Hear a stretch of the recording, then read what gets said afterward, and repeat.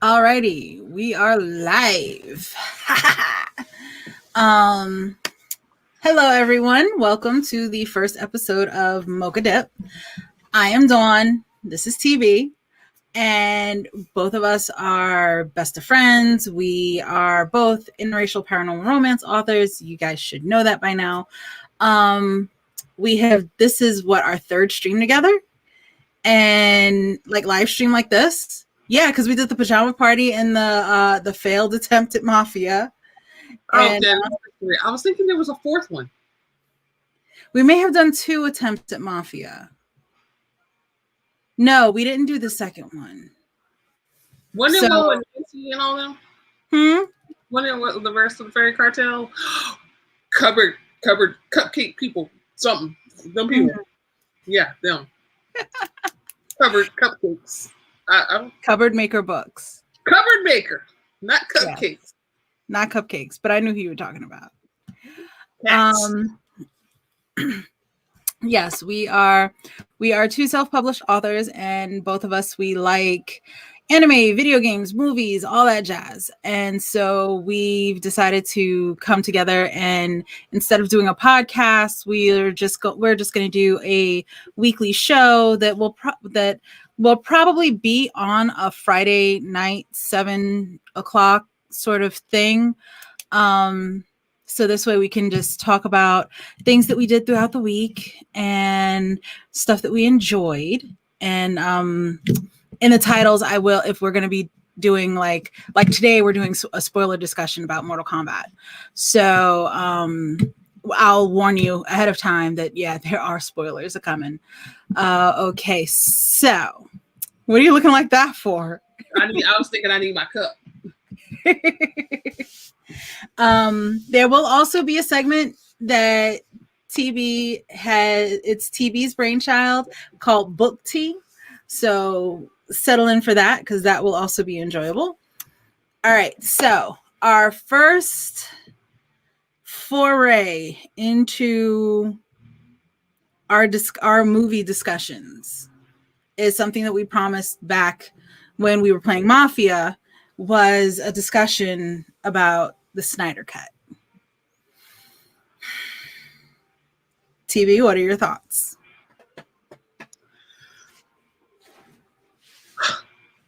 Okay, so the Snyder Cut, I'm going to tell you overall, I loved it.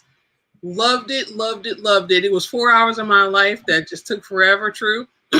However, enjoyed it. It needed to be 4 hours. I can only think of like a couple of things that could have been cut, period, but it wasn't that deep. It wouldn't have made a significant amount of time. I thoroughly enjoyed it. However, I will also say it also put me on a soapbox too, because to me, it seemed very, very obvious what was cut, as though there were a theme consistent with what Joss is in trouble for. And a lot of the cuts were unnecessary to me. I understand that you can't put out a 4-hour movie, but some of that stuff was just like, come on. And in the way certain people were presented and whatnot, it was just like, okay, see, no. And yeah, that's it in a nutshell of what I think. I will definitely tell you, I applauded the storytelling of it overall. I like the way Wonder Woman was presented. She was a badass. She was a capable fighter. A lot of people don't know that she can go toe-to-toe with Superman. They showed more of that. Obviously, Superman's OP'd, and there ain't nobody gonna touch him somehow, but she can go toe-to-toe with him. And it is rare, even in, I think, the Justice League cartoons is like the only time you got to see that kind of stuff. You got to see the capability of her. Well, the Justice League cartoon is pretty much the only place you saw them together. Oh yeah. That's because, you know what? That's a whole other subject. About, I was actually talking to someone today on my lunch break about Justice League versus DC. I told them that Marvel is in DC represent, like the office environment and or even a company. Marvel is what it looks like when the company works together, and DC is what it looks like when every department has its own little silo. It's siloed mentality. Don't work together, can't put together a good product, but sure do covet everybody else's stuff. And it doesn't look good. It's just half attempt. Teamwork makes the dream work. It really does. People don't, you'll have to move slower. Yeah, you'll have to check in. But think about how smooth that product is. Are there holes? Absolutely. There's lots of them. I can tell you about them. Are there instances where they didn't really plan it and you can tell, but they somehow did a fumble? Like when you trip and you go, oh, I meant to do that. Yeah, they got those too. But overall, their product is very, very smooth. Whereas, and they took 10 years to get there. DC tried to get there in like 2, and we're all sitting here looking like, I would love to see another movie from them based upon I think they should make Snyder Cut canon, and then start again. I see what direction they're going in. I'm going to be saying, I'm going to tell this straight out. Snyder Cut came out weeks ago. Statute of limitations of spoilers is over. I'm sorry. So this whole Injustice train can still work, but not if that's the next movie. They need to introduce another Aquaman movie. They need to do a Martian Manhunter movie. They need to do a Flash movie. They need to have some of those characters coming in. I think they may even need to have another Justice League movie where you see Kumbaya for a while. That would be great. Make that the 3rd movie. Because it's too much to just move from we're not even a team and we're trying to recruit people. We don't even have a house yet. To all hell has broken loose. It's the apocalypse. Whoa! I mean, that's too much. That's too much. That's crazy. No wonder Superman kirked out. It didn't even give a chance to show any growth for him as a team player, because they have always portrayed him as a dude that just tries to punch his way through all conflicts. And that is why I cannot stand him. But a lot of people can't stand him. And then, because the only time you got to see him be better and not just be preachy, and I'm at the top of my game, I can't understand why you're not whatever, and you get to see some real conflict, is in Justice League, where he has to work with other people, because working with other people is hard. You gotta take their ideas. Even if you don't go with it, you gotta at least consider it. You gotta listen. You gotta communicate. Oh my God, we gotta talk to people about what we're trying to do. And then a lot of people don't know this if they've never read the comics, but Batman is the leader, not Superman. Superman has no clue how to lead people whatsoever. And see, that's where my appreciation for the Snyder Cut comes into play. Not so much as Batman being the leader, but Batman can fight again. Right. I don't know if you had noticed this right after Doomsday came alive in Batman v Superman. Mm-hmm. After that, Batfleck could not fight. He could not fight. Martha. Exactly. It was like as soon as he heard Martha, he saw Martha was in danger. He saved Martha. And he's like, I'm a friend of your son. After that, he lost all fighting capability. That's because he found out briefly he was racist and didn't know how to deal with it. So then he had to make amends and get past it, do some therapy, learn how to do better, be better. Because you know what? That's sad when you realize that moment you just like them other people. And then you had to come back and get yourself together. You probably doubted himself. He was like, oh no, I'm over here attacking this man for no reason, just because I can. Do you know what I mean? For real? I mean, that was like disturbing what he was after him. It was in a way it was disturbing, but in a way, and maybe this goes to my own mindset in a way that I thought it was perfectly logical. Oh, it is logical but remember, that's not how he was presented in movies. That is also true. That's why it was disturbing. That is also true because the extended. Okay, I full disclosure. I have totally wiped out the original Batman v Superman, and I just concentrate on the Ultimate Edition, which is about an hour longer and gives you more context. So yeah.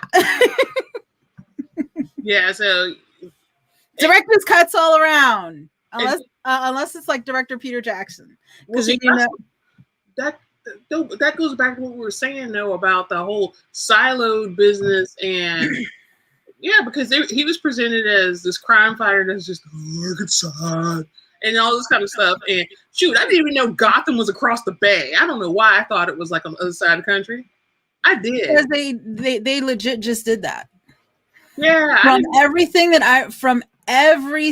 I remember, Metropolis was supposed to be LA, and Gotham was New York. That's why one of New York's nicknames is Gotham. Right. So that was like, to me. It makes it easier though. Yeah. I can see it together a lot better when it's across the bay.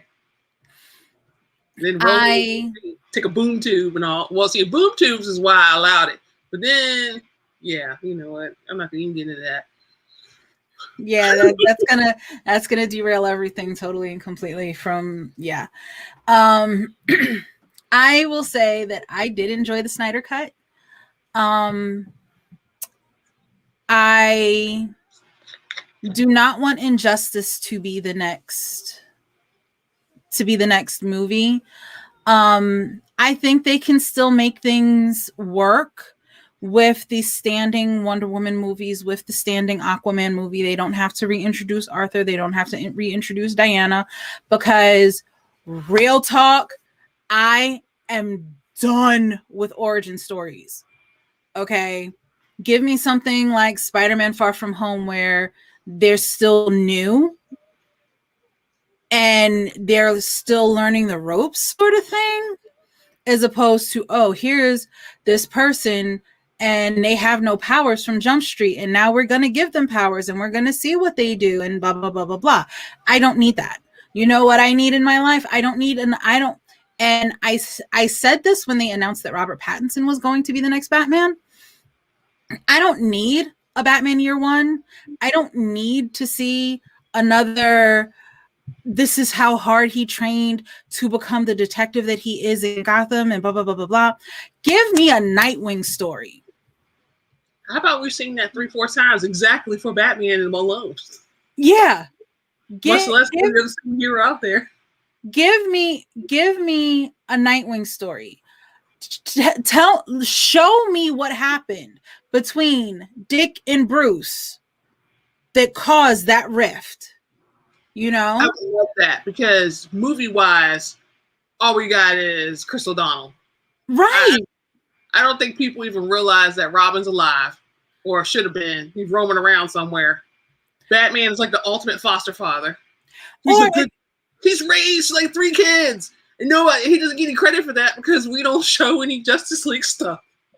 Yeah, and it's like, as a messed up parent as he is, he's had Dick, Jason. I'm sorry, that's what he said. I'm 12. He raised Richard, Jason, Timothy.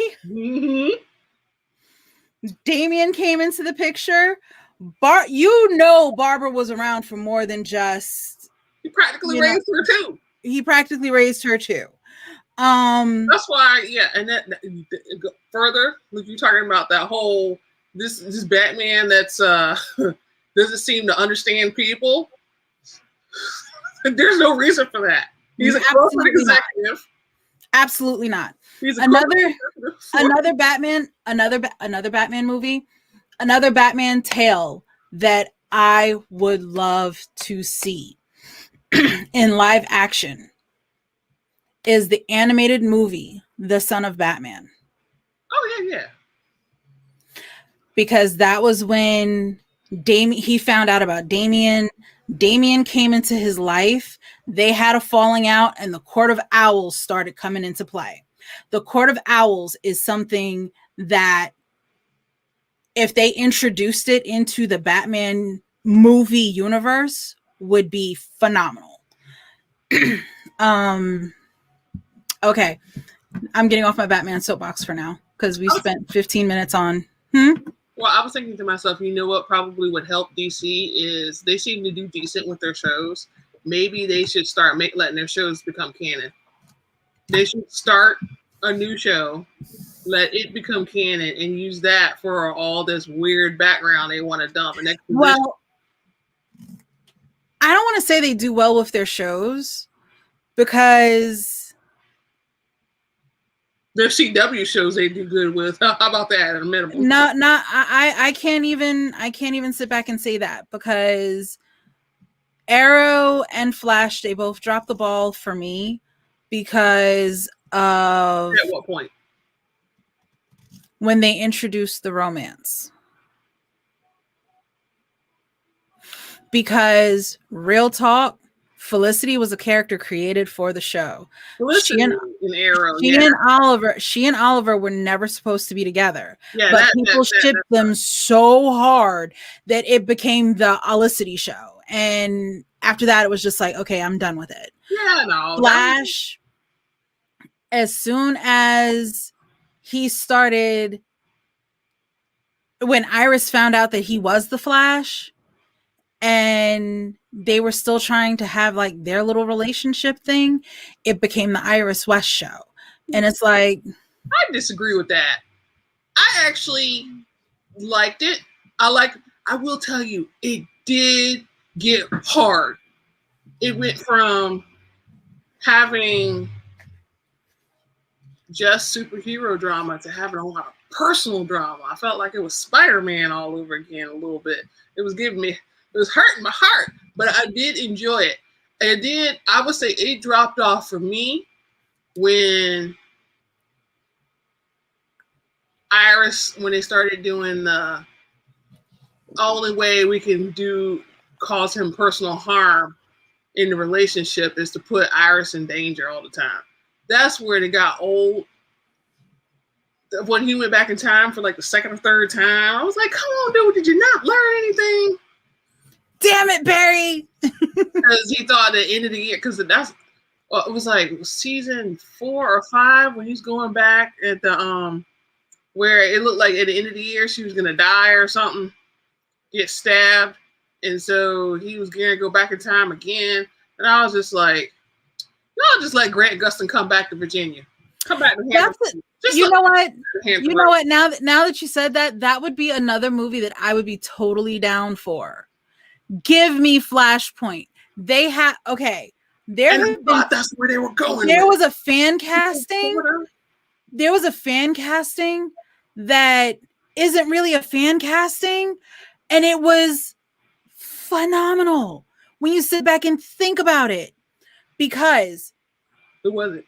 The couple that played Thomas and Martha Wayne in the Christian Bale ones. Oh, I boycotted that.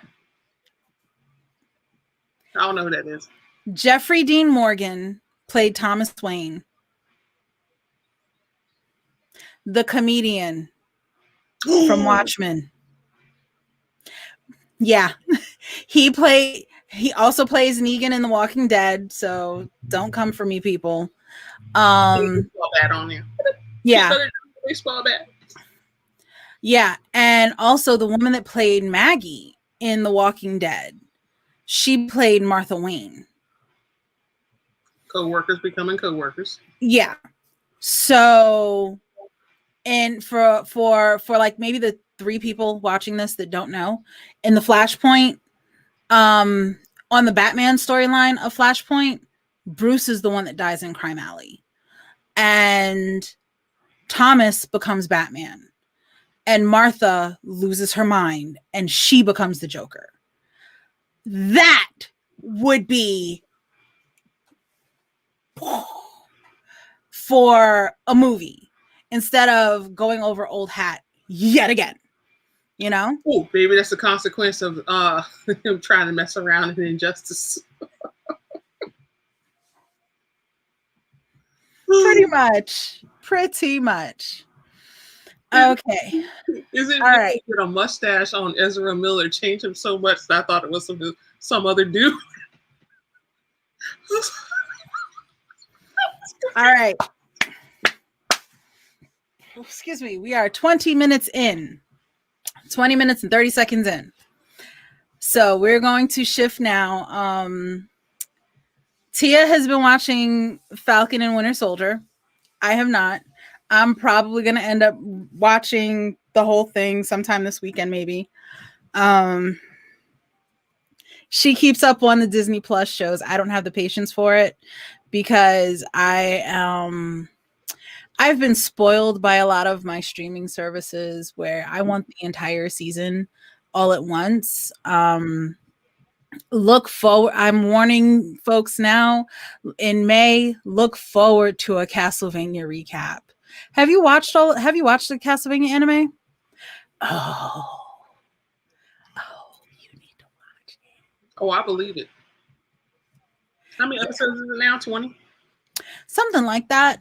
I know it's yeah, because season 1 was 4 episodes. Season 2 was like, I want to say 6. And season 3 was like 8. And I think this last one is going to be about 10. Yeah. And I think this last one's going to be about 10. And I am, yeah. Anyways, yeah, so I am going to go on like a full-blown I think that might be a Castlevania episode. Oh, when is that? So I can make sure I watch it all by then. May 13th is when it comes out. Girl, you pressing me. I got a daggone author signing on the E. Okay, I'm gonna write that on my calendar. That's gonna be. I'll be eating that at dinner. Husband gonna be like, what? And be like. So yeah, Castlevania is coming up. I'm actually really excited about that. Let's see. That's all that I know that is coming down the pipeline that I'm excited for. I think Loki's in June. I think so. With the time variance. I will tell you just a quick thing. Falcon and Winter Soldier and WandaVision, which now all episodes are available.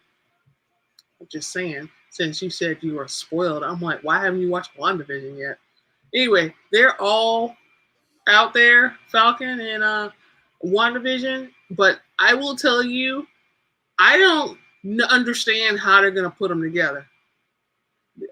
After watching both now, I'm going to go back and watch them for other reasons, storytelling, studying, that type of thing. But yeah. I don't understand. Right now, I'm seeing 3 things happening, and I don't know if they're going to do 1 or 2 of those things and have that third one lurking around a corner, and then make that into the next phase after this one, or what. I'm sitting here like, this is going to be epic. This is going to be like straight up sideways, turn the world upside down and flip it, and then flip it again, and then stick a fork in it because it's done. That's what it looks like, because she's fixing a damn steak. you got multiverse stuff happening.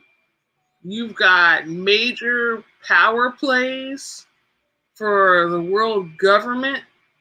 You got some potential Hydra up, come back like a phoenix and then die again. I don't know, because you assume that Hydra's, I don't know, trying to bring back the Third Reich. I mean, for real, I really don't know what's going to happen, because it's all over the place. You got, I can never remember this lady's name. I think it's, y'all have to forgive me. Dreyfus. Is it Julia Louis-Dreyfus?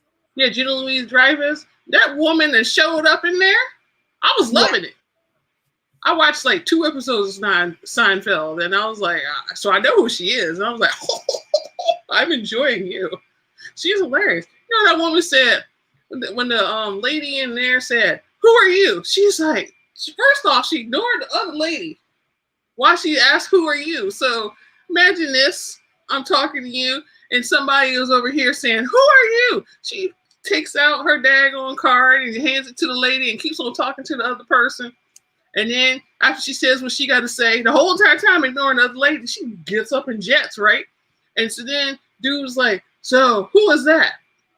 And she said, the card was blank. I said, oh, I'm about to use that. She handed the woman a blank card and ignored her. And the lady didn't say nothing. I'm just like, who does that? I was like, excuse me. I probably would have been shot. Evidently she does. I would have been shot. They'd be like, we're going to have to do away with her. She asked me questions. Alrighty. Okay, so now we're going to get into the spoiler discussion for Mortal Kombat. It is that time. Turn back now. I have You don't want that. Yeah. I'm going to put a disclaimer up. Okay. Well, I didn't put a disclaimer in the comments, but I'm putting a disclaimer up right now. There are spoilers ahead. Here be spoilers. We are going to talk about things that happened in the movie, whether you like it or not. We are at 26 minutes and 45 seconds. Pause this video, stop this video, come back. I mean, do we need a Jeopardy YouTube? Do we need the Jeopardy music for them or something? No. Okay. No. Also, because I am an excitable person, I will probably curse. Sorry. Not sorry. That's just how I speak. I will try to curb it, but hey, is what it is, what it is. I will try to keep it PG-13, but can't promise that. So, now, on to Mortal Kombat. Giving a little backstory. I owned every Mortal Kombat video game that came out for Nintendo, that came out for PlayStation 2. And I'm talking about like main series 1, 2, 3, 4, Ultimate MK3. I got 9. I have 9. I didn't get the titles, the like Mortal Kombat Deception, Mortal Kombat, and I do have one of one. You talking about like no, that was like a side story one. Yeah, that I was like, yeah, no, I'm not really digging that one. You got the straight out fighting game. Yeah, I got the straight out fighting games. So I thoroughly enjoy the story of Mortal Kombat. I know the characters. I like to think I know a lot of the backstory, considering. I will say I enjoyed this movie. I enjoyed it less than I was expecting, like less than I was hoping, but way more than I was expecting. Okay. Because even when they started showing the trailer for it, when the Red Band trailer came out, I went on my Facebook page and I flat out said, this is going to be epic. I don't know if it's going to be epically good or epically bad, but it's going to be one.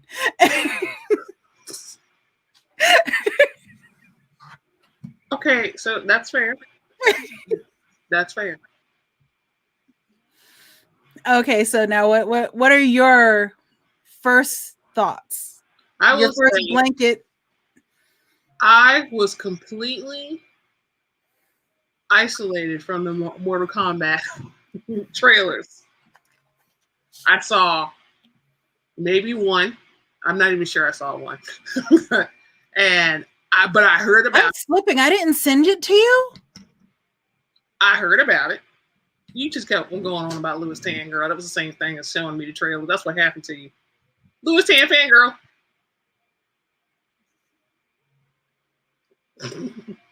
Anyway. Look, hopefully he won't end up watching the stream. I'm just What if saying. he does? She loves you. She does. Anyway, so I knew he was in it, and that was pretty much all I knew. I was going to give it a shot anyway because I like Mortal Kombat. I played the game as an older kid because my parents were like, absolutely not. We saw the news. And with my brother and I played it on Sega. Sindel was my girl. I like taking a hand and go, and also blowing hot breath at people. That was hilarious.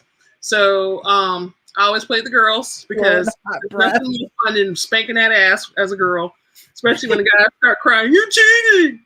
But that's another subject. So yeah, I enjoyed that. I remember we used to write Mortal Kombat fan fiction.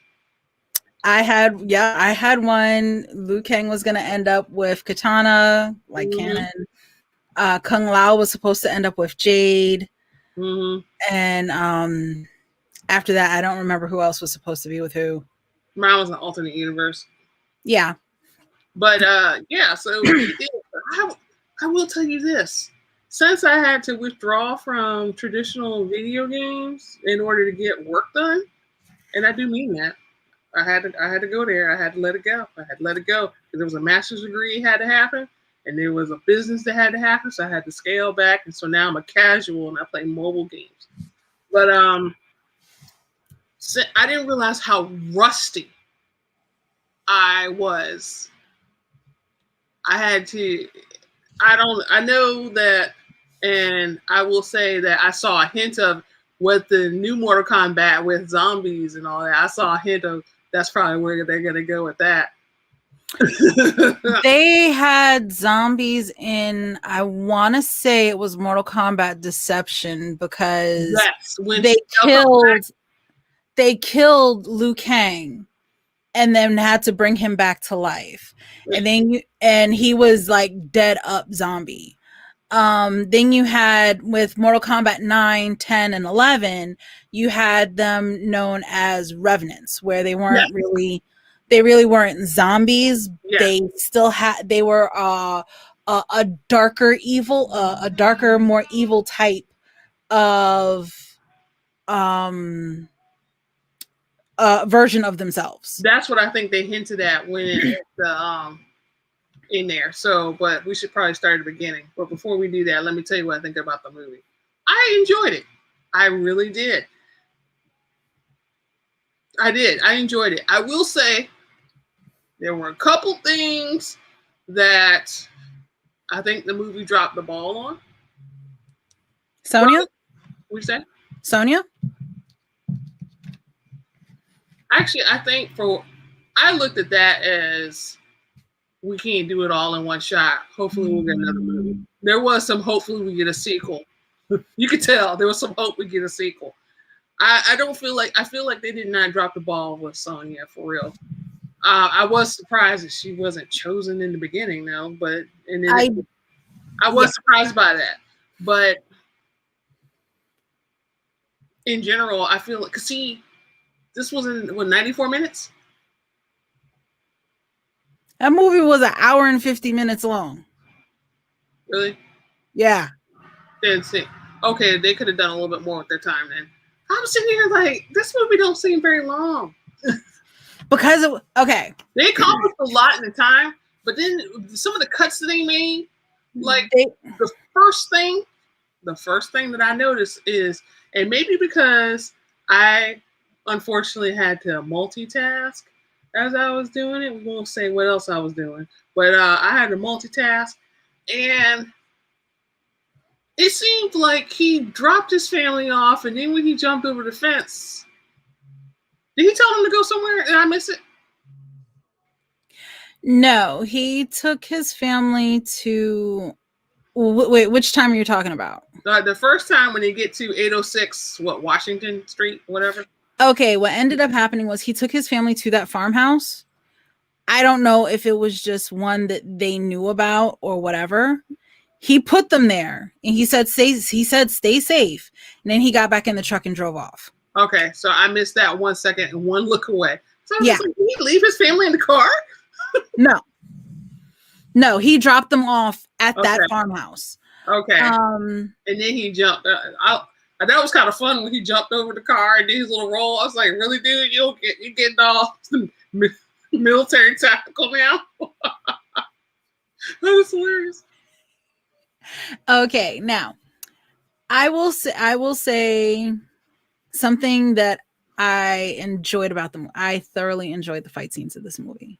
Oh yeah, definitely. I will say the fight scenes in this movie are top tier. And I will admit, I was a little worried when I saw that the movie was rated R, because usually when a movie is rated R, they try to go for needless gore for needless reasons. And considering this is Mortal Kombat, and it was said that they barely skated under the NC-17 rating, I was like, okay, please just tell me that this is not just gore porn. Please, please, please, please. That's all I'm asking. Because those movies like totally turned me off. And I'm sitting there and I'm watching it and I'm like, okay, I see why they got the R rating. Oh, yeah, They went the Tarantino route. I appreciate that because I'm a person who cannot take realistic violence. I start empathizing. I get upset. I'm not trying to deal with that. I'm not trying to have that in my life and disturb my spirit. So if I think there's going to be some uber violence that seems too realistic and more hateful than moving the story, I'm not about to watch that. So I appreciate that I was able to watch this and I wasn't cringing and upset, because I was concerned about that. I was concerned that I was going to have to be like, girl, I couldn't watch it. But it was good. I mean, yeah, we still saw people. No, there was no one got their spines ripped out, but we saw fatalities. We did see fatalities. The fatalities looked good, and they weren't so like, lose your mind. They look not the same as the game. Yeah. There was one scene that pretty much, I think the NC-7, well, not the NC-17 rating, I apologize about that. I think the bloodiest fight really wasn't even the one that was focused on all that much. And that was at the beginning, and that was the one at the beginning where Scorpion's family was killed. I liked that too. Not that his family died necessarily, but I liked that because I liked the story that they told with Sub-Zero and Scorpion. And I was ready for someone to say, get over here. And I was rewarded with the get over here. Get over here! And apparently a flawless victory. Yeah. Flawless victory. But you know what I did not get? Toasty! Yeah, no, we haven't gotten that yet. There was an opportunity. It would have been tasteless if they had done it, but I would have laughed. I would have. It would have been like MK95, where Lyndon Ashby's picture just floats into the flames. For the friendship. You know what? They did not do any friendships. Well, you know what? No, they didn't do any friendships in there. Nah. Everything was good. Ain't no friendship here around here. They went and no baby Alex. Okay. So okay, there is a mechanic in MK11 called Mercy.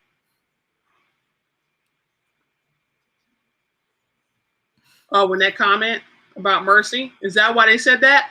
Okay. I was thinking that's if it is not, I don't care. Don't correct me. It is still my headcanon that they put that in there because Mercy is one of the most cheesiest concepts in a video game that I have ever come across. Because I have watched a tournament where this one dude thought he was the shit, and he went and he performed a Mercy on someone, and he performed that Mercy on the wrong someone, and that someone kicked his ass. Okay. Well, you know what? They were right though. Sometimes Mercy is way more intense than finishing it off. Yeah. Ask Zemo.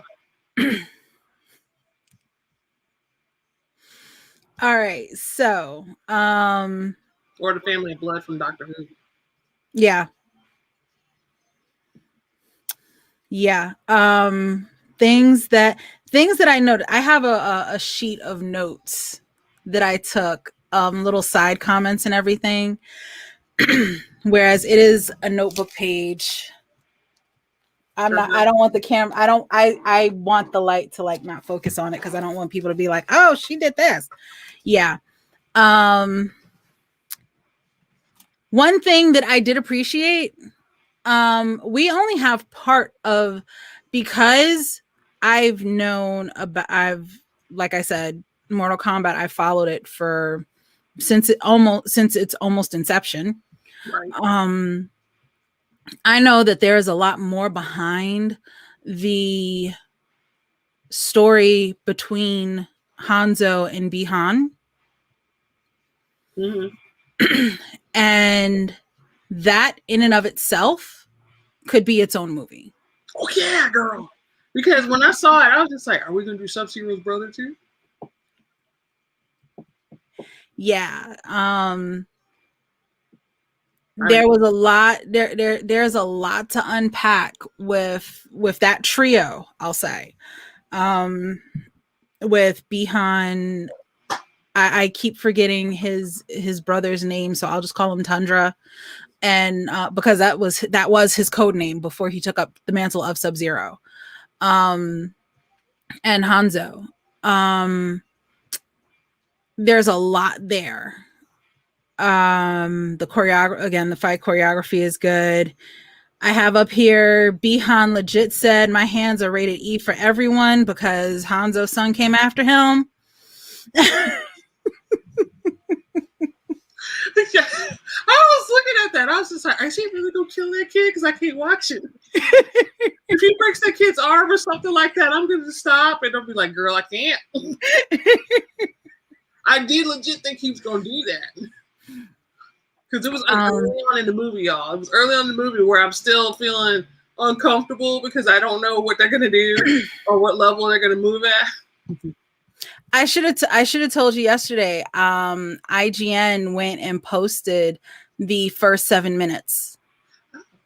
Yeah, they went and they posted the first 7 minutes, so we would have at least gotten that part out of the way. Then I could have had a pulse for everything. Well, it was a journey. Yeah. We got to see the birth of the spear because it was crafty. It was part of the wife's one of her gardening tools. And Hanzo rolled up. I'm the only one who saw a kunai as a garden tool, and I'm like, really? You was Ninja Village? I thought this was the village hidden in the leaves for a second. I really did. Because I was like, why are you using a kunai as a garden tool?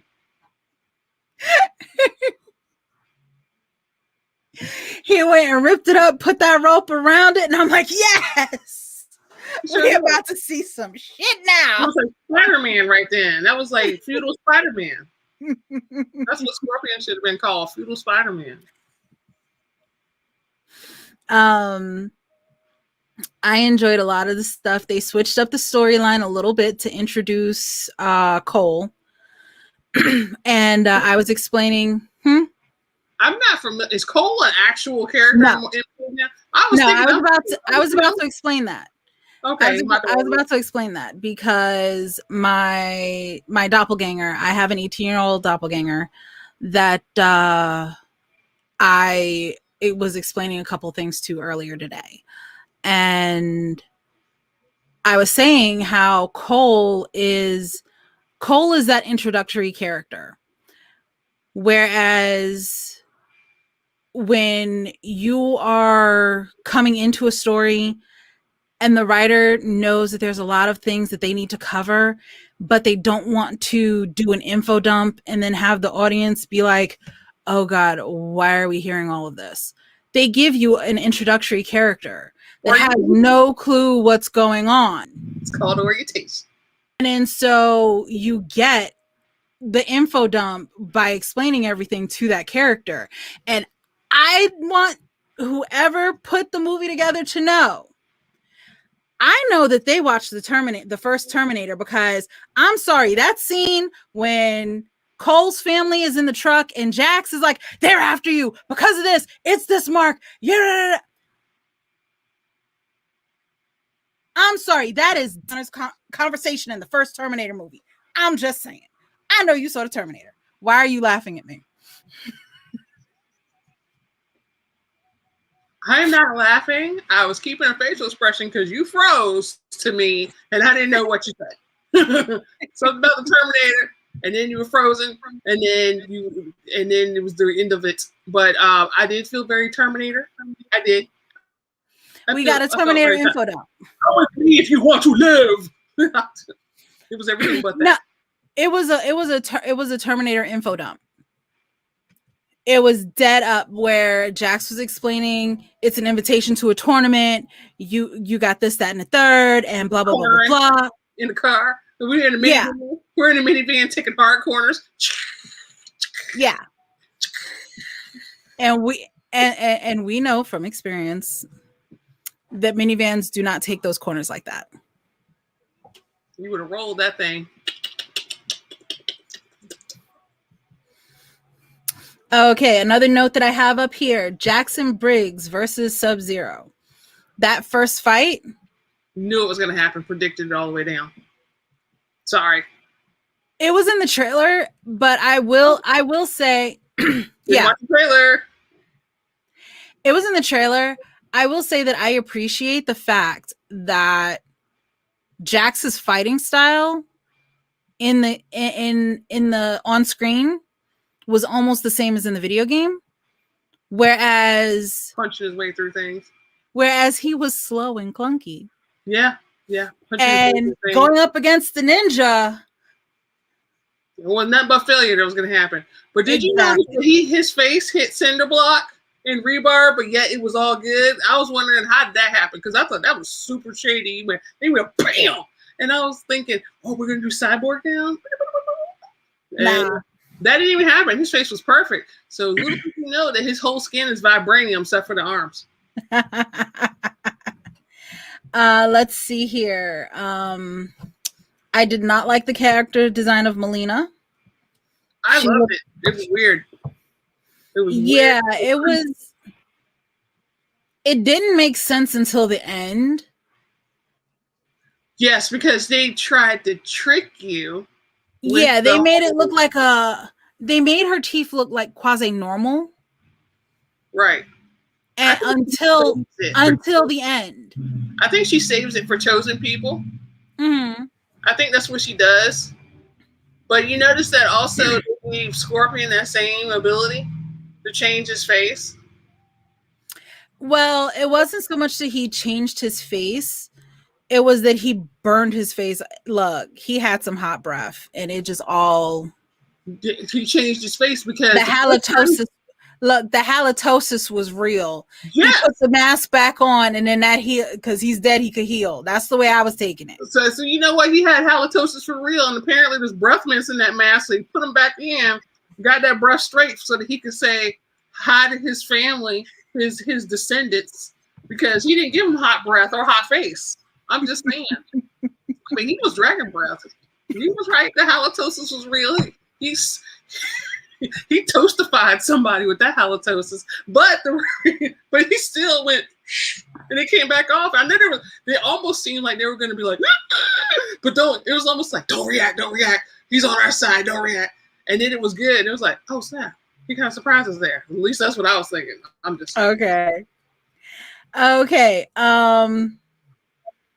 Kano was the comic relief. Yeah, he kind of reminded me of daggone Captain Boomerang. They tried really hard to give him that aspect, and Cabal as well. Whereas, not so much as comic relief. They used Cabal the alternate. Wasn't that his alternate? No. See, here's the thing. Cabal, where they dropped the ball. Cabal was supposed to be one of Earth's warriors. He didn't have a nice sword or anything. Yeah, he did. Oh, I didn't see it. Okay. It was so corny with him. Yeah. That was my brother's favorite character. I used to kill him all the time. Yeah. I was like, why is Cabal with Shang Sun? He's not supposed to be with Shang Sun. Cabal actually became a good guy after Kano put him in that iron lung outfit getup thing. Oh, we're going backwards. Yeah. Let's see here. I'm not your enemy, he says while firing a fireball dead ass into Kano's chest. I thought that was hilarious. Liu Kang was being overdramatic. Yeah. I mean, he was like super, I'm such a horrible person. I will never be worthy. I was like, ooh, dial it back. Dial it back. You be humble, but that was just crazy. I'm like, bruh, have a Snickers. Because you're not you. You're not you. I don't know who you are, but you're not you. Have a Snickers, please. The gentleman that played Raiden is no Christopher Lambert, and I was not sure if that was a good thing or a bad thing. Fair. You know what? I didn't realize how much that would matter to me. Because I knew that Christopher Lambert was not the right person. But he's stuck in my head as Raiden now. So I was like, you're not funny. What happened? But you know what? I did like Raiden. He was, low key. He did have a little bit of shade to him. Yeah, he did have enough shade to be like. I felt like he could do a little bit more just to be fun, but does Raiden really need to be fun? The gentleman that played Shang Sun looked like Hideyuki Tagawa, and Gary Oldman had a baby. Ooh, girl. Yeah. Because I'm sitting there, I'm like, why do you look like Gary Oldman wearing Shang? No. To me, they looked like they went feudal China. That's what they went for with him, with Shang Sun this go around. And we're used to him still being kind of worldly, current world. And he went full on emperor. No, because a lot of in the games, a lot of his costumes are feudal China. Yeah. But so I wouldn't say that it's impression. I didn't play that fool. I killed him. You know what I did? That's when I killed him. He was an NPC. Nobody in my house played Kung Lao. Or not Kung Lao. I mean Shang Sun. As I had mentioned before, Sonya to me was the typical girl character in for a good portion of the movie. Yes, they did do that. They did do her like that, but I felt like they were.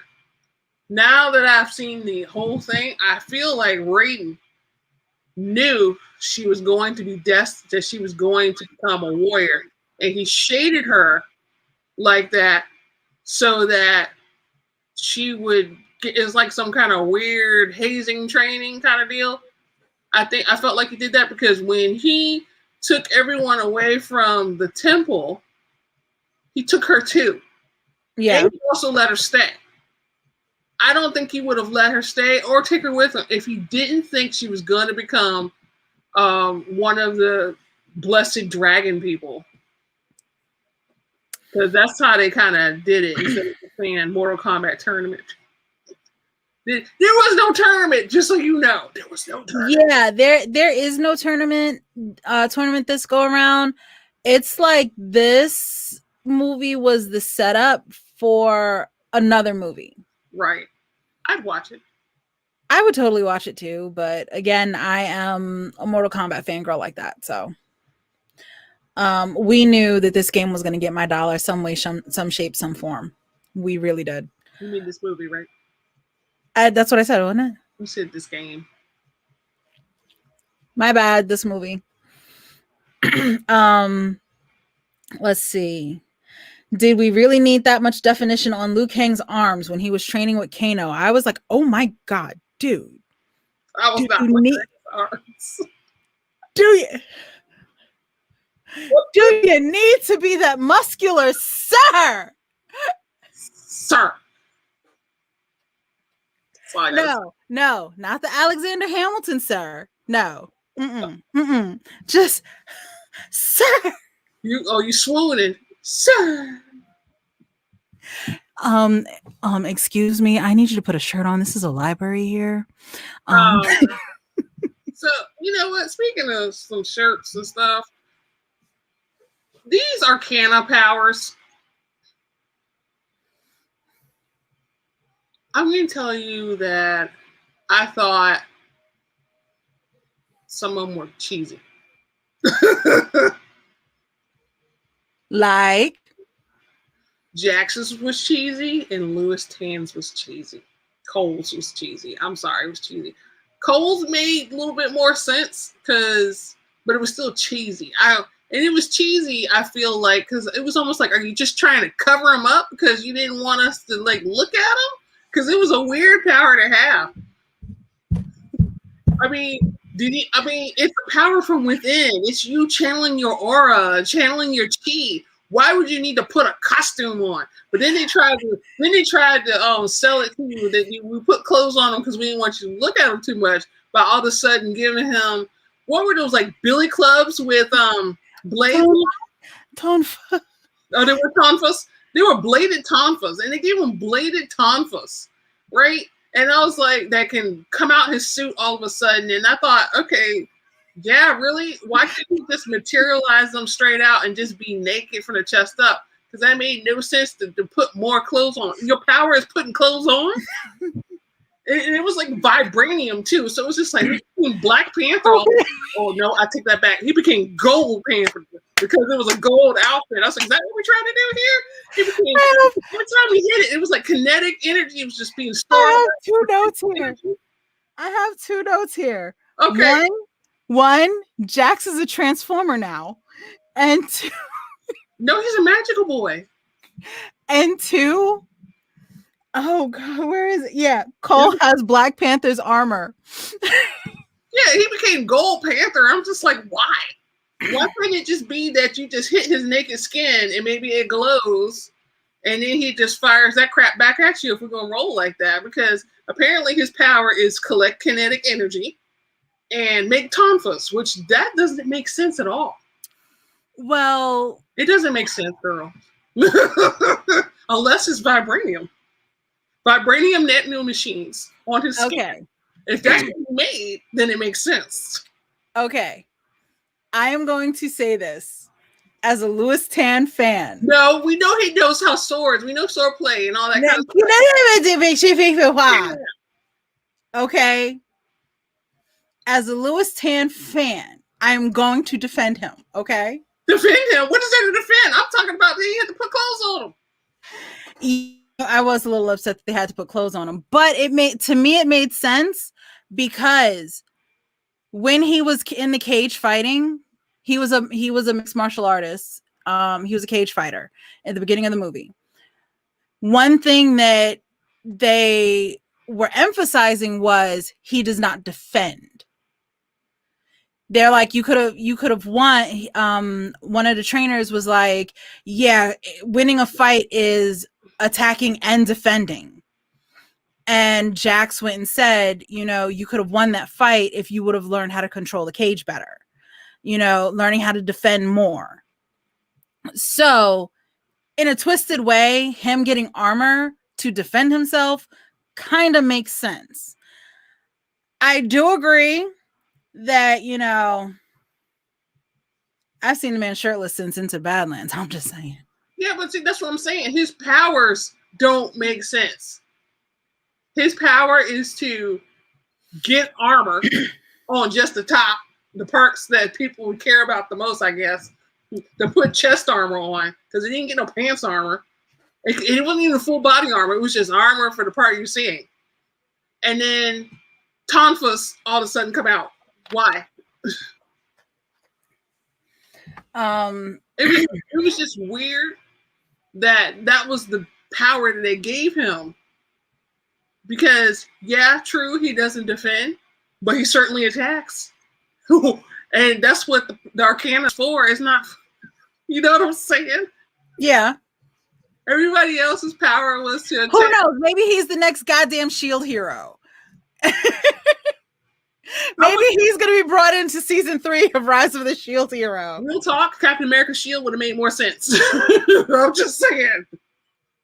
But then, like I said, they made him Golden Panther. I was just like, what happened? It was just weird. I can see basically what you're saying. They gave him armor, but I'm like, really? It's just okay. Another note that I have up here. Goro is the new Mortal Kombat punching bag. In almost every form of media, Goro, when Mortal Kombat first came out, Goro was the top tier. He was the one that you were supposed to defeat. He was like the epic one. One thing that they did in this movie that is understandable, but I wasn't too much of a fan of, is they brought in characters that are fan favorite characters and killed them. They sure did quickly too. Again, spoilers. We are at 1 hour 10 seconds. 1 hour 1 minute 12 seconds. So click away if you don't want to hear who died. Rip Kung Lao. It's too late for a lot of them people at this point. Yeah. Rip Kung Lao, Rip Molina, Rip Cabal, Rip Raiko. Yeah. Reiko. Okay. Yeah. Rip Goro. Yeah. Sub-Zero. Well, that's not really a rip. That's not really a rip. Yeah, because, and I will appreciate we got to see the noob armor. We got to see the noob costume. So I'm gonna say that because he killed his whole entire team. But he said, just so you know, death is only the next portal. And then he disappeared. So reality is he can resurrect any of those people in the Revenants. None of them are dead. But he makes sure they kill them all off. I'm just saying. Well, Shang Sun is not the one that resurrects people. Quan Chi is. We have not seen Quan Chi. How you know? Give me my money ain't out there. Okay, first of all, you got to put more bass in your voice. Give me my money. Yeah. And it's one of those things where it's like we don't know what's behind the scenes yet. Yeah, there was some soul sucking out of there, but you know. Yeah. If Shang Sun has his soul, we are not seeing another Kung Lao. Right. Anyone's so in the game, even in the games, if we saw the soul being taken away, we did not see you again. That was it for you. So Rip Kung Lao, Rip Kano. Did he get soul sucked? He just got no. Yeah, Sonya killed him. You should have known that was coming. I knew that was coming when he was like, "You don't have the balls to do it." Mm-hmm. And that's like, okay, bruh. Yeah. She did. Killing you for a random reason is not the same as killing you because you're evil now. I mean, killing you for some random dumbass fight in the desert is not the same as you are up in my house, you are shooting your laser beam eye at me, trying to blow shit up, and we look like we're... I debated on saying this or not. Oh, okay. I need to get ready. But I'm like, okay, this right here, this is a domestic violence call. No, there's too much people. She lived like she lived at Fred Sanford's house in the middle of Chicago, but no people were around. It was weird. And it's like, okay, yeah, you're supposed to be in Indiana, but and you're living in a trailer, and the two of y'all are fighting like that. Not that. It's like a huge junkyard around you. I'm just like, are there any neighbors? Kano got drunk again and he done beating on his wife. That's exactly what that seemed like. she didn't even have a house number. It was a board that had spray paint on it, said 806 Washington Street. Something like that. Propped up on the side of the road. I said, that is so bootleg. Do you get mail? That's what I was thinking. They did put a new game mechanic in there, kind of, sort of. The fatal blow, where they introduced the fatal blow in 10, and they went on with it a little bit more. They expanded it a little bit more in 11, whereas when your character is less than 30% health, you get the option to do this fatal blow, which is like this huge, massive HP drain on your opponent. No, they did. Fatal blows were in 10. Crushing blows came in 11. I apologize about that. They did Sub-Zero's fatal blow, one of Sub-Zero's fatal blows. Whereas that was the scene where he cut Scorpion. He went and the blood came out. He made a knife out of the blood. He froze the blood, stabbed him with it, created a wall, threw him back into the wall. Right. Yeah, all of that is a move in Mortal Kombat 10. Oh, I didn't know that move. Okay. Yeah, that like stuff like that. A lot of nuanced things across all the games that I did, even though I didn't know them all. The ones that I did catch, I definitely appreciated that. I thought the movie was well done. The parts that were weird were really the parts that they tried to use as a vehicle to get Cole where you needed him to be, really. Because it was like that family sometimes became a liability story-wise, and you could tell. But I also appreciated Cole's wife. She was just like, oh, hell no, I'm not going to go out like that. Let me get my kid, and I'm going to go, and I'm going to defend my man as best I can. All that kind of stuff. I thought that was good. I did. She got in a good body shot. I will say that. She got a good body shot in on Goro. Everybody ain't a fighter, but you can at least hit somebody with a phone book or something. I'm just saying. She got an axe. An axe? I mean, you can pick up a weapon and hit somebody. You can try. You can just stand there and go, oh, oh. No one's going to, well, most people are not going to do that. But yeah, I thought the movie was good. It's just some rough patches in certain places, and I can understand that because, let's face it, the family was so very secondary. They were just motivation to get Cole to his Arcana, which was apparently to become Gold Panther. It was a two-part. I think the family was a two-parter, where it was a vehicle to get him to his Gold Panther status, but also to show a mirror to Hanzo. Because when Hanzo came back, that's true. You know, here is my bloodline. Same position. Oh my God, same position, same dude. Oh hell no! Right. So yeah. Exactly. I will say another one of the last notes that I have here, besides the birth of Noob, I did appreciate, you know, as they were fighting, the last fight was Cole and Scorpion versus Sub-Zero. And as they were fighting, they were breaking off pieces of Sub-Zero's armor. Mm-hmm. And it revealed Noob Saibot's costume. Mm-hmm. So I was like, we have the birth of Noob! Yes! Yes! So yeah. Now, my note before that was when they first started that trio fight, I remember on Instagram how months ago, Louis Tan, he was just so happy that when they were filming this movie. And I'm like, this has to be the scene that they were going over when he was like that.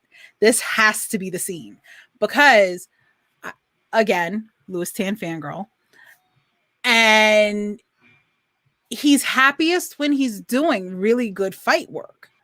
And a lot of his stuff, I hate to say it, and it's not a dig, the acting and the writing is not at the same level as the fight scene. That's fair. So I think that's true. because Louis Tan first came on my radar with Into the Badlands. And yeah, TB knows Into the Badlands, that was my show. I am still salty at AMC. If there is a show on AMC, I will not watch it because of what they did to Into the Badlands. Maybe it'll be on Disney Plus. Maybe Disney Plus or Netflix will take it. Well, it's been too long now. Netflix has it, but they're not. I don't think they're going to resurrect it. So yeah. He came on my radar then. I've also watched Wu Assassins. He was in Deadpool 2. So it's like I'm following what he does. Not as closely as I follow some others in their endeavors. Here's looking at you, BTS, but still, that's whole other talk show. So yeah, I remember him being like really happy and really excited because of the fight work that they were doing. And I was like, this has to be the scene that he was filming when he was saying all of that. This has to be. Could be. This is a pivotal scene, so sure. Yeah. Now, my whole takeaway is I do appreciate what they did with this movie, but at the same time, there's so much lore that they did not even brush on that it feels like characters were robbed. Oh, yeah. Well, you can't get it all. Yeah, because like I said before, Sub-Zero and Scorpion, Bihan and Hanzo. I think that's where they kept the focus so they will not get out of control. Honestly. But see, they didn't even get it. They didn't even get deep in. They didn't even do a deep dive into them. This was mostly Cole's movie. Yeah, because remember, we're trying to intro. Yeah. There's a lot that was missing from their story, like I said. We got the dusting over with Sonya and Jax. Lead in to what? Oh my gosh, I forgot the character's name. We got a lead into Johnny. Yeah, we got a lead into Johnny at the end, but we got into what was it? It was Nightwolf. Nightwolf. Thank you. I wanted to call him Nightwalker, but that's an anime. Nightwolf. Did you see how they had a picture of Nightwolf, a drawing of him on the wall? I was like, oh, okay, really? That's what you get, dude? They did more than that. Because you haven't followed the games, they did more than that.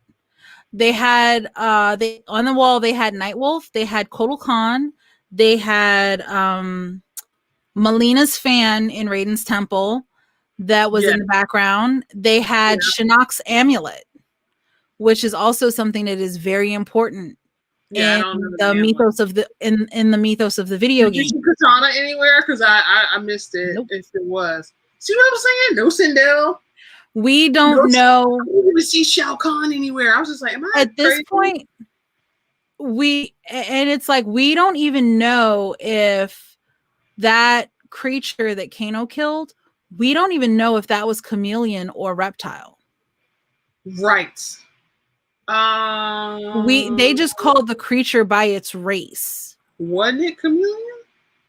No, it was something with a C, but the name of the race begins with a C. I can't think of it right offhand.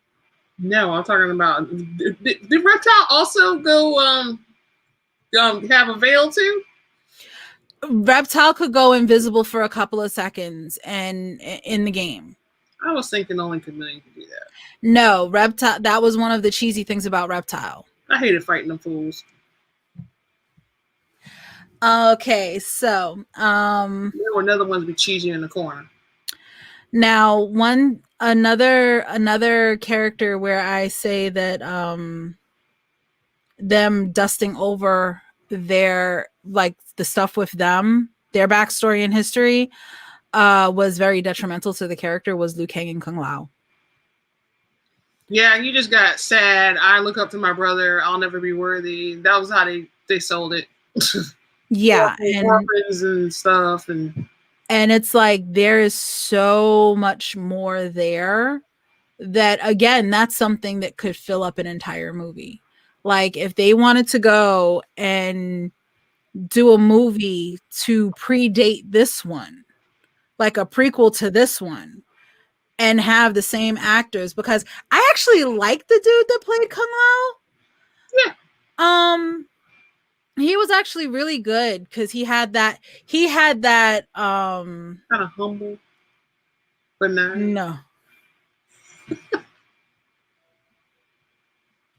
No, Kung Lao had that. I'm the descendant of the great Kung Lao, so you're gonna respect me. No, my bad. Kung that Lao. Cockiness about him. I liked Kung Lao. I did when they were sitting down eating dinner. That was hilarious. Yeah. So they only showed one teleport. No, Kung Lao was teleporting all over the damn place in the game. No. You know what? I will tell you, I think this is the first time I liked Kung Lao, because usually I hate him or I don't care. He just seemed like a bag of dicks or something. And it's just, ugh. And this, I felt like he was still confident, yes, but he was likable. They used the crap out of that hat, though. I think because they just wanted to cut some wood or something, but they did. They did. Rip Natara, you ain't coming back for Mortal Kombat 2.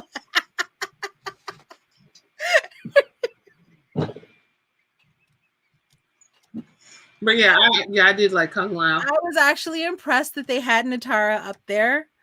I would have I'm gonna just go ahead and say it. I don't think they should have had Molina. I think they should have had Tanya. Yeah, thank you. I like Tanya. They should have I've never seen Tanya in a movie. They should have put Tanya in her role. If they're gonna throw her away like that. Right. They might have had other reasons. Well, so I did see someone comment because someone had said something about Molina's death, and they said that, you know, Molina's a clone, so for all we know, Shang Sun is just gonna drain another tube and pop out another one, also, and so she'll come back. I was also expecting her to be wearing more purple. Yeah, the color choices were pretty bland in this one. Yeah. And I feel like if you're gonna have Molina, why not Jade? Because Jade is connected to Katana more so than Molina. Because Jade is Katana's bodyguard. Yeah. So if you're not gonna So if you're not gonna have Katana, there's no purpose for Jade. But you like to see Jade and Molina be fighting too, man. It's like, come on. I did have. All right, so I like Molina being there more for nostalgia, but she was underutilized. She was. Yes. She was completely underutilized. Goro was completely underutilized because, like I said, he's become the new punching bag for Mortal Kombat. That's fair. He's all wide open because he's got all that space when he's like this. Well, he used to be like the end all, and people would regard him as like, oh, he is supposed to be like hot shit, and now it's like he's the first one to fall. Whatevs, you know. So it's like with him. Let's see here. That was pretty much all of my notes that I got through. You had a lot of good stuff there. Yeah. You had a lot of good stuff there. Yeah, because I and like I said, I enjoyed the movie.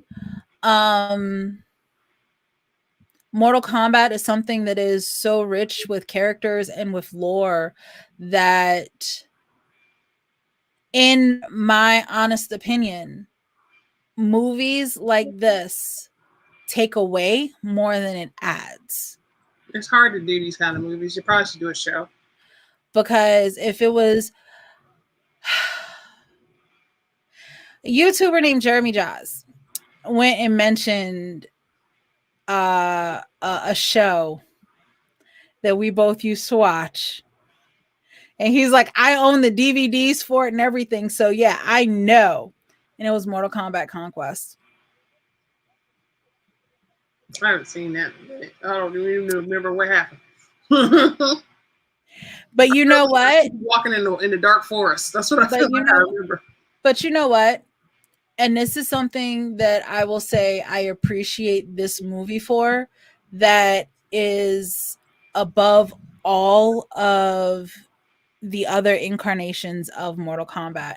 And you know how I feel about Robin Show and about him being Liu Kang and all that. You know, okay?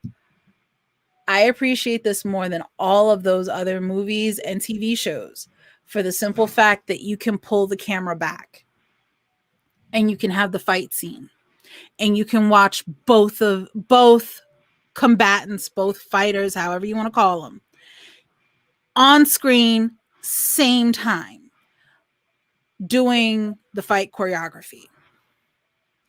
You don't have one camera focused on one person doing certain moves, another camera focused on another person doing certain moves, spinning. You see someone spinning around to do a kick and then it cuts to someone else falling.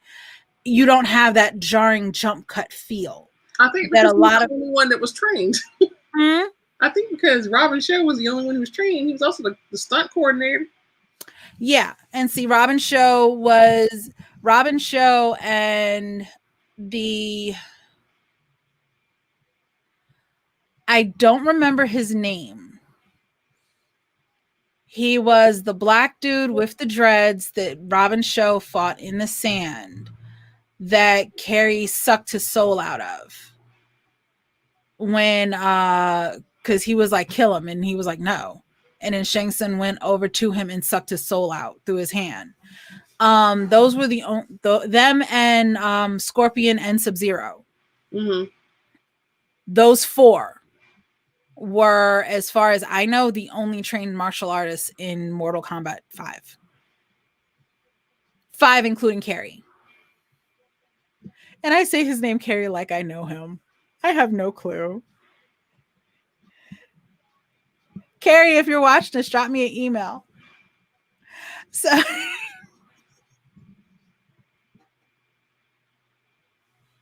alrighty then. You too, Mr. Tan.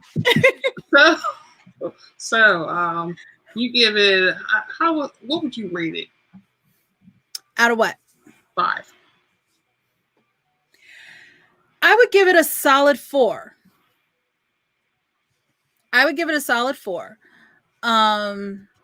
It's not perfect. Which is why it's not getting a 5. There were things that were lackluster to me. Yeah. And so I'm like, okay, I can't sit back and be like, okay, yeah, you got the solid. Yeah. I can't do that. But I can definitely be like, this was enjoyable. This is rewatchable. I could own this, you know. I say that like that's a huge thing. No, I own so many movies and whatnot that it's actually kind of ridiculous. Yeah, so I did enjoy this one immensely. Mortal Kombat 2 needs to happen. Yeah, I think it needs to happen. One thing that I was hoping for that did not happen, because I mean this in the nicest way possible if Mr. Ed Boon is watching this, but I know Ed Boon can be a dick and try to punk everyone when it comes to Mortal Kombat. So when it first came out that Louis Tan was going to be in the cast, I'm like, yes. And then they're announcing all of the cast members. And I'm like, okay, they have Liu Kang, they have Kung Lao, they have Sonya, they have Jax, they have Shang Sun, they have Scorpion, they have Sub-Zero. Where's Johnny? I was convinced that they were punking us and saying, oh, we created this character, Cole. I'm like, no, Cole, that's Johnny Cage. He needs to be Johnny Cage. He needs to be Johnny Cage. I want Louis Tan to be Johnny Cage. Was that deep? You want him to sign some autographs as his fatality? No, it's his friendship, isn't it? That's his friendship, yeah. I was sitting there. I was like, he could be Johnny Cage. I was so... it was not until like there were articles like from like Hollywood Reporter, and Louis Tan himself was like, I'm playing this character named Cole. You're not Johnny? Girl, why? And I don't even know, because I don't like Johnny Cage. I don't either. He got the craziest kooky fighting style ever, and yeah. You know, the only time I liked Johnny Cage was in... God, I barely even liked him in 9, 10, and 11. Lyndon Ashby was the only time I liked Johnny Cage. When Lyndon Ashby played him in 95. So yeah. I had been convinced. I had convinced myself. I am not a fan of the fact that they're playing up that the marketing team is playing up the Scorpion v Sub-Zero stuff, and it's like you have an hour and 50 minutes, and it's the first 7 minutes and like the last 15. That's it. Yeah, I think that would have made the story stronger if he knew that he was a descendant. Yeah. And all of that, and that's why he's being targeted and things, but it was a secret. So it was basically, it was the vehicle to move the story along, but it was all situational irony. Yeah. That's all it was. And so,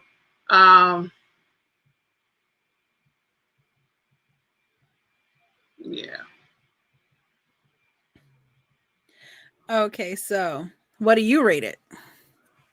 I give it a 4 out of 5 as well. It's more like a 3.5.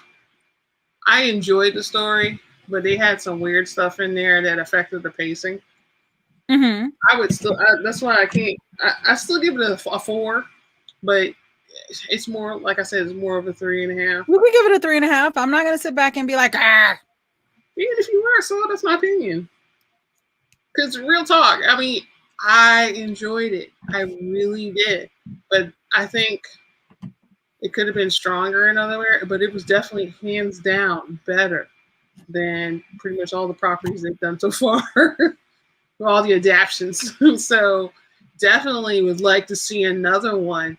As far as they have so much story there, I feel like they should be able to make several movies and not tell us the same thing, especially since they introduced the fact that we can tell you a Mortal Kombat story. There can still be fighting. There can still be conflict. And we don't even have to have a tournament. I feel like they could probably have a series of movies of this kind of stuff and beating all these different characters, and then have a big movie almost like the Mortal Kombat Assemble, where it's the actual tournament. I'm just saying they could easily do that. And you know something that they did in this movie, and they did it right, that what the hell, Annihilation got wrong. Whereas Annihilation was trying to name drop every character that they could. And it's just like for needless reasons, you know? But this one, you got a lot of the characters. Like we mentioned before, You got to see Shinnok's amulet. You got to see Nightwolf on the wall. You got to see Katana's fan. You got to see Kotal Khan. You know, you got to see all of these different aspects of what was going on. Guys, are research. Yeah. You know, you got to see all of that stuff. And that's the way you incorporate things with like such a huge cast. You know, you don't have to sit there and be like, well, DJ is my IT guy and Zangief is a part of my security detail. And girl, you're doing Street Fighter. And it was just you didn't see that, did you? Yeah, but it is Tuesday. Yeah. Technically, no, it's Friday. I know. All righty. So Mortal Kombat gets the seal of approval from us. I do not know what the next movie we will be talking about will be. I did go see Demon Slayer Mugen Train last night. I enjoyed it, and I understand why now it was a movie instead of part of the season 2. Because if it was part of a season 2, it would have been like 5 episodes. Okay. So, yeah. Because you know how now they want the seasons to be about 13 episodes or so. You can't even get half of a season from this one arc. They would have to puff it up more. Mm-hmm. And I don't think they were willing to do that because I guess they're still a little iffy on the anime. Okay. Whereas the manga has finished its run. So they can adapt any of it as they should. I had one question at the end of the movie, and I will not get into that. That's because I've been watching and I ain't gonna be able to answer nothing. I know. I know. But I will say that the demon that controlled the Mugen Train was really fucking dumb for one and I will say you were dumb because you didn't know. Oh, but you're gonna put Zangetsu to sleep and then have Nezuko in danger. That's the wrong formula, fam. Because he does his thunder style while asleep.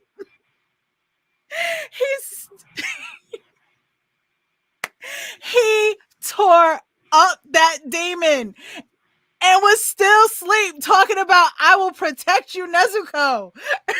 Also, he's like old boy from One Piece. I can't, for some odd reason, the name escapes me. The blonde, dandy dude.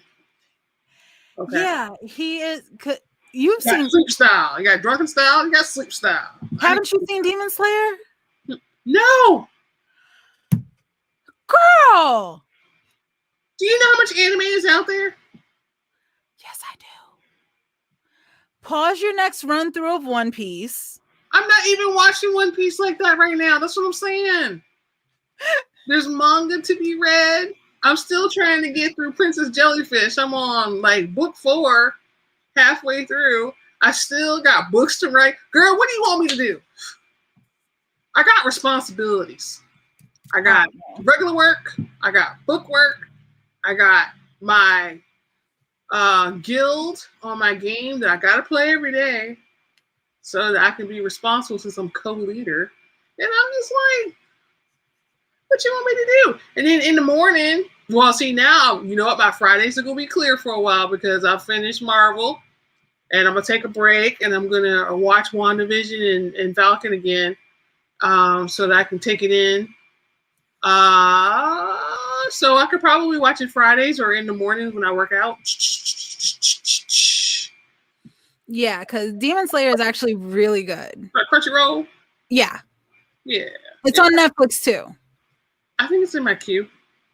Yeah. There's so many things. Anyway.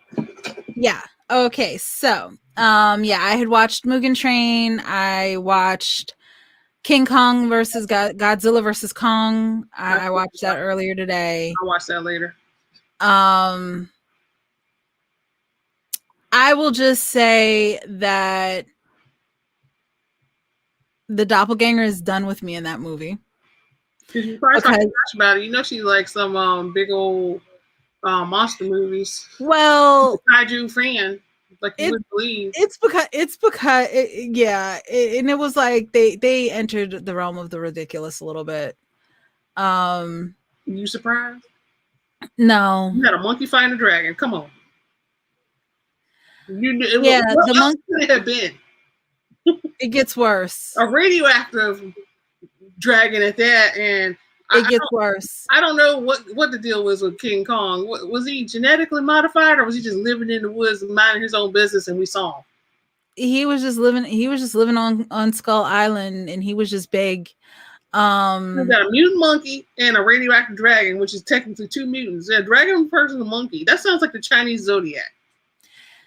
Then they fought each other a couple of times. The radioactive dragon is hunting around for something that no one knows about. Come to find out that it was, God, I keep pronouncing this wrong, Ghidorah, the three-headed Hydra that he fought. Yeah, he was dead. They killed him in the last movie, but humans, being humans, decided to make a Mecha Godzilla and put Ghidorah's brain into it. And so did we not learn anything from Jurassic Park? Life will always find a way. So and the monkey became this cross between Thor and Amy, because now King Kong understands sign language because he wants to go home. Congo and Thor? Was Molina here anywhere? It was everything but that. See. I think I'm gonna leave that alone. Now, for a day where I just need nonsense and I want to laugh. It's always good to have that in your back pocket when you're like stressed out. So yeah, girl, you need to read a book. Nice segue. Yeah. All right. So while I'm sitting here cracking up, we're gonna move on to our book tea, which is a segment that Tia, the PB, wants to do on the show, which is awesome. So here we are at 1 hour, 37 minutes, and 40 seconds. Take it away.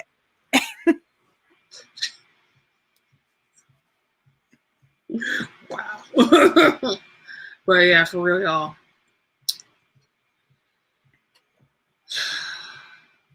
I'm going to say this. Sometimes you are walking around, you're minding your own business, reading your book, finding your next book boyfriend, and you come across some interesting stories. You just do. And so I'm going to tell you. Yeah, I'm going to tell you. So, girl, like I said, minding my own business. And I find Knox Ueno, right? I find him. And he's with his girl Sia. And first off, the opening, I thought it said My Fantasia. So you know what I thought about? I thought about the song, girl. The one I put my face on. I put my face on your dude. The song that she is referencing, and the group that she is referencing, and the gentleman that she is referencing is Yuki Hyun from Monsta X, and the song Fantasia. Also Shonu from the same group. Yes, I put my face on both of them. She put her face on both of them. Yes, yeah. I did. It was funny. Yeah. The Reface app is fun. Okay, so I'm sitting there, right? And those two, first off, like I said, I'm minding my own business. And he had her pressed up against the window. Straight out in the beginning. It was like, and I'm like, and I was, I was like, we started out with that heat, that good stuff. We did. And then, he ate a little lunch. And he made sure to say, Itadakimasu. Thanks for the food. I was like,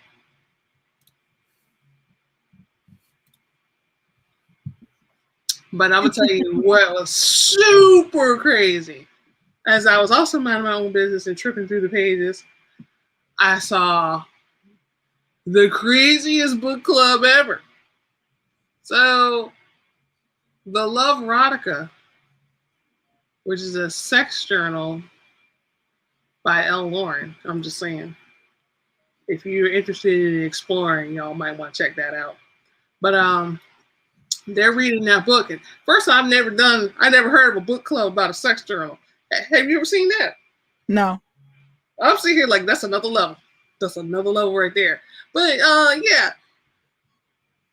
after the two parted ways, she was giving birth to her orgasm in the library, and I was like, well, girl, what kind of library? And then he had the nerve to be like, come to daddy. Yes, he did. He said if you're giving birth to an orgasm, not the daddy. I was like, wow, you're quick-witted too, and you're sexy. Wow. But yes. I ain't gonna throw out all the tea in the book, but I'm gonna tell you this: if you want to have a good laugh and you want to see some sexy times between an interesting couple, and then you want to also laugh at Messy Mandy because she crazy as a bed bug, you should check out the Facebook page for that. That girl is definitely crazy as a bed bug. I love them public service announcements. It just be hilarious to me. I think she needs to be on TikTok. Real talk. But oh Lord, I don't think TikTok's ready for Messy Mandy. That would be awesome if Messy Mandy was on TikTok. But yeah, you definitely want to check out Red Velvet by Sierra London. Definitely check that out. It was a good story. It's a short read. Probably take you about a couple hours. And you can have long. If that long. Depends on how fast people read. Yeah. I read about 50 pages an hour, so it didn't take me very long. It took me I think a strong hour and a half. Yeah. That's about how long it took me. Yeah, a strong hour and a half. But it was a good story. I like the fact that it was, it was very sexy. Very, very sexy. And because, girl, I will also tell you, I was probably a fly on the wall as I was minding my own business reading my book. And they went to the museum and had a little frisky time behind the scenes. Woo! Mm-hmm. I was like,